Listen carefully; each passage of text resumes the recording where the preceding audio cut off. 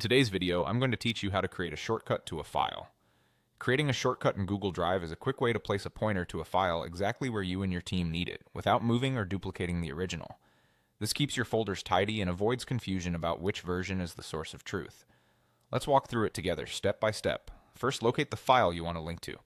You can find it in My Drive, in Shared With Me, or inside a shared drive, depending on where it was originally stored or shared.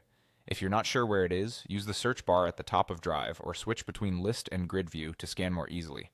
Remember, you're not moving the file, you're just preparing to create a shortcut to it, so the original stays right where it is. Next, open the Files menu.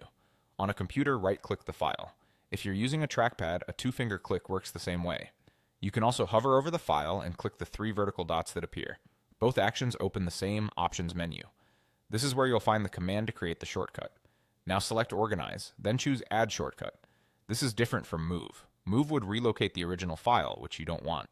Add Shortcut creates a small, lightweight link that points back to the original. It doesn't take up much storage, and the permissions always follow the original file, so only people who already have access can open it. A window will appear so you can choose where the shortcut should live. Navigate through your folders to the exact place you want it, like a specific project folder in My Drive or a relevant folder in a shared drive you can edit. Use the left sidebar to jump between locations and expand folders to drill down. If your folder list is long, type a few letters in the search field within this picker to find the right spot faster. Pick the destination that makes the shortcut most useful to your workflow.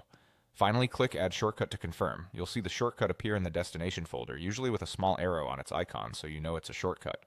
The original file remains unchanged. If you move or remove the shortcut later, the original file isn't affected. Access still depends on the original file's sharing settings, so if access changes there, the shortcut reflects that. And that's it.